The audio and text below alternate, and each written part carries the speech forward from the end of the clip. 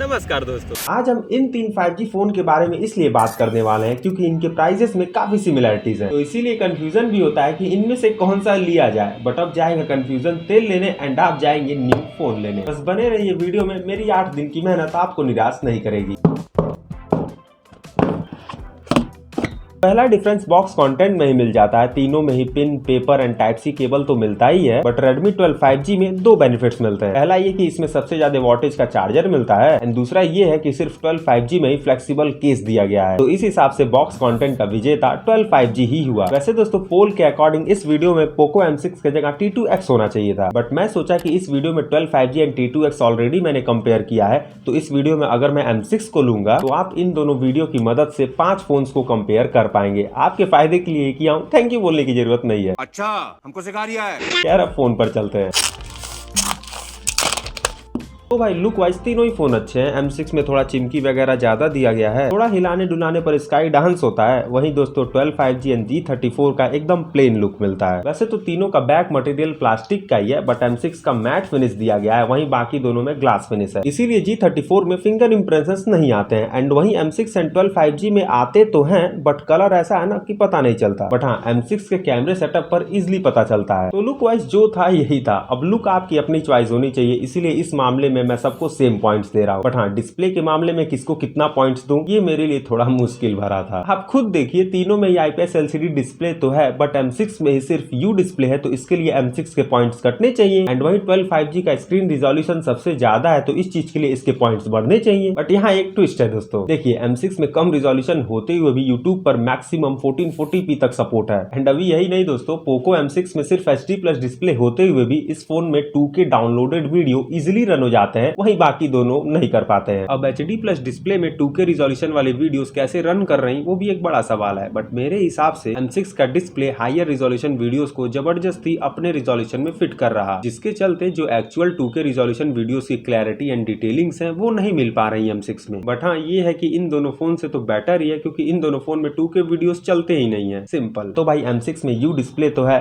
But इस phone में maximum resolution support है, तो इसीलिए ये फोन बाकी दोनों के पंचोल डिस्प्ले वाले पॉइंट्स को काट देता है। बट G34 में सिर्फ 120 हर्ट्ज का रिफ्रेश रेट दिया गया है, तो इसीलिए इस फोन के 2 पॉइंट्स बढ़ेंगे। वहीं M6 के 90 हर्ट्ज की वजह से 1 पॉइंट्स बढ़ेंगे, वहीं Redmi 12 5G के 1.5 पॉइंट्स बढ़ेंगे। अब आप कहेंगे M6 के आधे पॉइंट्स मैंने क्यों काटे, तो भाई इसका भी एक रीजन है। देखिए M6 का 90 हर्ट्ज बस इंटरफेस को छोड़कर यूट्यूब पर, इंस्टा पर, क्रोम पर, फोटोज ऐप पर मोस्टली जगह सपोर्ट नहीं करता है। वहीं पर 12 5G का 90 हर्ट्ज एंड मोटो का 120 हर्ट्ज हर जगह सपोर्ट करता है, तो बस इसीलिए M6 के आधे पॉइंट्स कटे हैं। वैसे अगर आपको वीडियो अच्छी लग रही तो आप अपने पॉइंट्स को सब्सक्राइब बटन दबाकर दे सकते हैं। खैर वैसे दोस्तों, तीनों के ही ब्राइटनेस में 19-20 का ही फर्क है, सनलाइट के प्रेजेंस में इजिली तीनों विजिबल भी हैं, तो तीनों के ही एक पॉइंट्स बढ़ेंगे। बट हाँ दोस्तों, इन तीनों में से सबसे छोटा एंड सबसे कम वेट का मोटो का G34 है, तो इसीलिए G34 काफी हैंडी फील होता है एंड इजिली एक हाथ से यूजेबल है। एंड वहीं बाकी दोनों को एक हाथ से यूज करना थोड़ा डिफिकल्ट है, तो इसीलिए मोटो G34 के 1 पॉइंट्स इन हैंड एक्सपीरियंस के मामले में बढ़ेंगे। वैसे अब साइड वाइज देखें तो राइट में ही तीनों में ही पावर बटन में ही फिंगरप्रिंट है, उसके ऊपर वॉल्यूम की, ऊपर की ओर M6 में ऑक्स जैक है, 12 5G में ऑक्स जैक के साथ IR ब्लास्टर, एंड वहीं G34 में सेकेंडरी माइक है। एंड वहीं लेफ्ट में तीनों में ही सिम स्लॉट है, बट सिर्फ M6 में ही डेडिकेटेड स्लॉट दिया गया है, जो कि अच्छी बात है। एंड वहीं नीचे की ओर तीनों में speaker, charging port and mic है, एंड फ्रंट में ऊपर में एक और स्पीकर है कॉलिंग वाला। अब बाई पोर्ट्स एंड बटन के मामले में मैं सबको सेम पॉइंट्स दूंगा, क्योंकि सब में दोस्तों एक यूनिक चीज है। M6 में डेडिकेटेड स्लॉट है, 12 5G में IR ब्लास्टर है, G34 में सेकेंडरी माइक है, तो हिसाब बराबर। बट स्पीकर के मामले में हिसाब थोड़ा अलग है।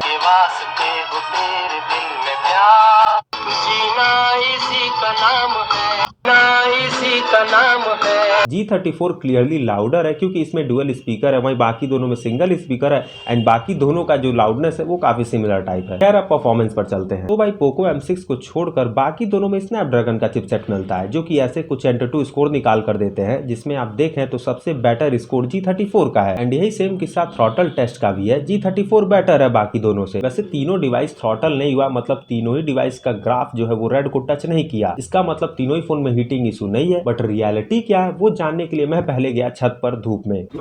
अभी मैं धूप में हूँ एंड अभी रूम टेम्परेचर 22 डिग्री सेल्सियस है एंड थोड़ी हवा भी चल रही है, कुछ ऐसा सिनेरियो है। तो 30 मिनट में ऐसे कुछ रिजल्ट मिले एंड आप देखें तो मैक्सिमम हीट तीनों का सिमिलर टाइप ही है। एंड वहीं हीटिंग को और अच्छे से चेक करने के लिए मैंने 50 मिनट का BGMI खेला, तो 30 मिनट के प्लेइंग के दौरान ऐसे कुछ रिजल्ट मिले एंड यहाँ पे भी आप देखें तो रिजल्ट काफी सिमिलर से हैं। तो भाई ये रिजल्ट्स दर्शाते हैं कि इन तीनों फोन में कोई हीटिंग इशू नहीं है। बट हाँ, G34 का परफॉर्मेंस स्कोर बेटर है, बट रियल लाइफ में क्या सीन है वो जानने के लिए पहले मैंने ऐप ओपनिंग टेस्ट किया। पहले मैंने इंस्टा को ओपन किया, फिर यूट्यूब को ओपन किया, फिर अप डाउन ऐप को किया, तो सिमिलर ही ओपनिंग स्पीड मिले। बट जब मैंने BGMI को ओपन किया तो 12 5G सबसे पहले ओपन कर लिया, वहीं 3 सेकंड बाद G34 एंड 5 सेकंड बाद पोको M6। अब भाई 3-4 सेकंड के डिले में कोई बड़ा डिफरेंस क्रिएट होता नहीं है तीनों के परफॉर्मेंस में, इसीलिए मैंने परफॉर्मेंस को और चेक करने के लिए तीनों ही फोन के बैकग्राउंड में 6 एप्स को खोला। बट यहाँ भी तीनों ही फोन 6 एप्स को इजिली हैंडल कर ले रहे थे। बट दोस्तों इस हैवी यूज के दौरान स्क्रॉलिंग वगैरह में मुझे काफी कम लैग फील हुआ G34 में इन comparison to 12 5G and M6। इसका मतलब ये है कि G34 का परफॉर्मेंस अच्छा है, बट इस चीज को और भी क्लैरिफाई करने के लिए मैं तीनों ही फोन में सेम वीडियोस को लिया एंड फिल्मोरा ऐप से एक टाइम पर एक्सपोर्ट किया। तो भाई G34 वीडियो को सबसे पहले एक्सपोर्ट किया, वहीं 13 सेकंड लेट था रेडमी का 12 5G एंड 14 सेकंड पोको का M6। एंड वैसे G34 का परफॉर्मेंस बेस्ट है, ये चीज और भी क्लैरिफाई करने के लिए मैंने 50 मिनट का BGMI खेला। पहले सेटिंग की ओर देखें तो तीनों में सिमिलर टाइप सेटिंग है, स्मूथ पर अल्ट्रा एंड मैक्सिमम HD पर हाई की मिलती है। एंड जब मैं स्मूथ अल्ट्रा सेटिंग करके तीनों में BGMI एक्सपीरियंस किया तो मैं एक चीज क्लियरली बोलना चाहूंगा दोस्तों, पोको M6 में लैग या कहीं फ्रेम ड्रॉप सबसे ज्यादा देखने को मिले इन दोनों के कंपैरिजन में, वहीं मोटो की G34 में सबसे मिनिमम। तो भाई देखिए कंफ्यूज नहीं होना है आपको, G34 का परफॉर्मेंस मुझे सच में अच्छा लगा, चाहे नॉर्मल यूज में चाहे BGMI में। एंड वही Redmi 12 5G का भी परफॉर्मेंस अच्छा मिलता है, बस थोड़ा एनिमेशंस वगैरह फंसते हैं। एंड रही बात पोको M6 का, तो इसका परफॉर्मेंस इन दोनों के लेवल का नहीं है। वैसे दोस्तों G34 का जायरोस्कोप भी बेटर है इन दोनों के कंपैरिजन में, क्योंकि पहली बात पोको M6 में तो जायरोस्कोप है ही नहीं, एंड वही Redmi 12 5G में जायरोस्कोप तो है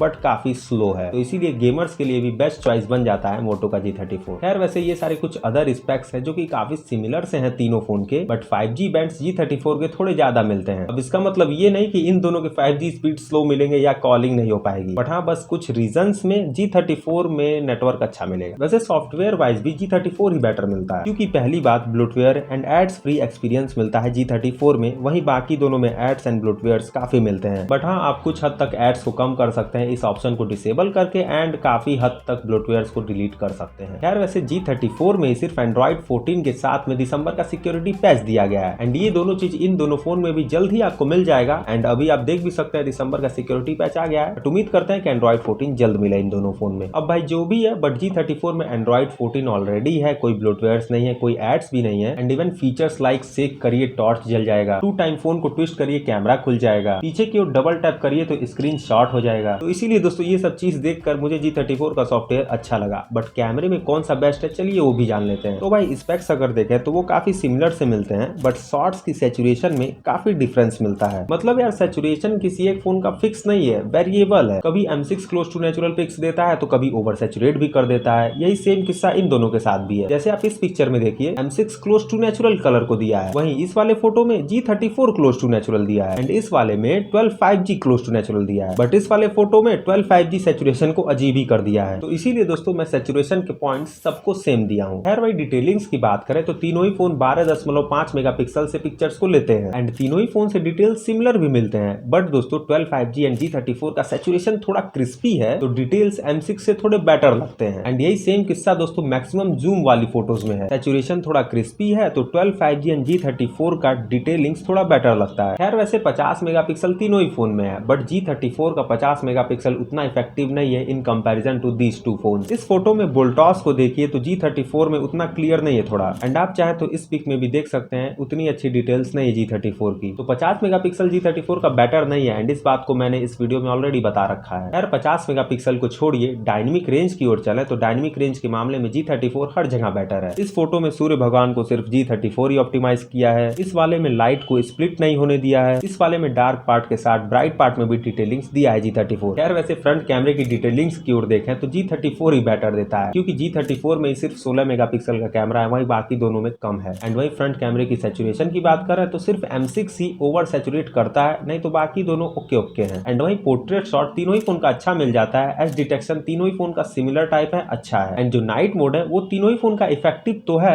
बट G34 का सबसे ज्यादा इफेक्टिव है। वहीं लो लाइट की पिक्चर्स भी G34 की ही बेटर है क्योंकि ब्राइट पिक्चर्स के साथ क्लोज टू नेचुरल सैचुरेशन भी मिलता है, तो यहाँ की G34 बेटर है। अब वीडियोग्राफी की ओर चलते हैं। तो भाई रिजोल्यूशन तीनों का सेम मिलता है, 1080p 30 fps मैक्सिमम है। एंड जो वीडियो का कलर साइंस है वो वही सेम फोटोग्राफी वाला ही मिलता है, जो कि मैंने अभी आपको एक्सप्लेन किया, मतलब कि सैचुरेशन वेरिएबल है। एंड वहीं जो डायनेमिक रेंज है वो G34 का ही बेटर है। एंड डिटेलिंग्स तीनों की सिमिलर ही मिलती है बट फ्रंट कैमरे में डिटेलिंग्स बेटर G34 का ही मिलता है। वैसे दोस्तों सिर्फ G34 में स्टेबलाइजेशन के लिए EIS का सपोर्ट दिया गया है। एंड इस चीज को मैंने चेक किया तो भाई सच में फर्क एकदम साफ दिखता है, काफी स्टेबलाइज्ड वीडियो मिलती है G34 में। एंड यही सेम EIS सिस्टम फ्रंट कैमरे में भी दिया गया है G34 के, तो ये एक बड़ा प्लस पॉइंट है दोस्तों G34 का। एंड वहीं दोस्तों सिर्फ G34 में ही स्लोमो का सपोर्ट दिया गया है जिसकी क्वालिटी भी ठीक ठाक मिल जाती है। तो भाई धीमी धीमी हवाएं चल रही हैं एंड आप देख सकते हैं सामने की तरफ हाईवे है, तो आपको माइक की क्वालिटी का अंदाजा लग रहा होगा। वैसे दोस्तों सिर्फ G34 में डुअल रिकॉर्डिंग मोड दिया गया है। एक लेआउट तो कुछ इस तरीके से है एंड एक लेआउट कुछ ऐसा है, दोनों ही अच्छे हैं। एंड वही तीनों फोन का जो ऑटो फोकस है वो मुझे सिमिलर टाइप ही देखने को मिले, आप खुद भी देख सकते हैं। एंड वही मैक्रो लेंस सिर्फ G34 में मिलता है बट उसके शॉट्स उतने इफेक्टिव नहीं है क्योंकि नॉर्मल पिक को जूम करने पर उससे बेहतर डिटेलिंग्स मिल जाती हैं। तो भाई ओवरऑल कैमरे के लिए यही पॉइंट स्टेबल निकल कर आता है जो कि आपको जेन्युइन ही लगेगा अगर आप कैमरे सेक्शन वाले पार्ट को पूरा देखें हैं तो। खैर अब बैटरी बैकअप की बात करें तो दोस्तों ऐसे कुछ टास्क पर ऐसे कुछ बैटरी ड्रेन मिले एंड हाँ G34 थोड़ा बैटरी को ज्यादा जल्दी ड्रेन करता है। मैं तीनों ही फोन को फुल चार्ज करने के बाद लगभग 6 घंटे 40 मिनट तक फोन को यूज किया। 2.5 घंटा कैमरा, 1 घंटा BGMI वगैरह वगैरह यूज किया था मैंने, तो इतने देर यूज के बाद सबसे ज्यादा बैटरी M6 का बचा था। तो बैकअप के मामले में M6 ही बेटर है बट हाँ ये है कि तीनों ही फोन में 6.5 घंटे से ज्यादा की बैकअप आराम से मिलेगी आपको। एंड वही चार्जिंग स्पीड के मामले में clearly G34 and 12 5G he better है। एंड वैसे सेंसर्स की बात करें तो fingerprint and face unlock speed तीनों का ही सही है, सेम टाइप है but auto brightness M6 and 12 5G का तो बेटर है बट G34 का थोड़ा सा झिलाएगा। तो भाई ओवरऑल यही पॉइंट स्टेबल है इन तीनों फोन का जो कि आपको जेन्युइन ही लगेगा अगर आपने पूरा वीडियो देखा है तो। भाई कंक्लूजन यही कि अगर आप गेमर हैं एंड आपको अच्छे कैमरे की नीड है तो आप G34 पर ही जाइए, बट अगर आप बड़ी डिस्प्ले एंड अच्छी बैटरी के लिए थोड़ा सा परफॉर्मेंस एंड कैमरे पे कॉम्प्रोमाइज कर सकते हैं तो आप Redmi 12 5G पर जाइए। एंड अगर आपको HD प्लस डिस्प्ले में 2K वीडियो चलाना है तो आप M6 पर जाइए। वैसे मुझे पता है कि आप किस फोन को लेने वाले हैं। तो दोस्तों अब आपके कोई डाउट्स नहीं होंगे, अगर कोई डाउट्स है तो कमेंट बॉक्स जिंदाबाद था,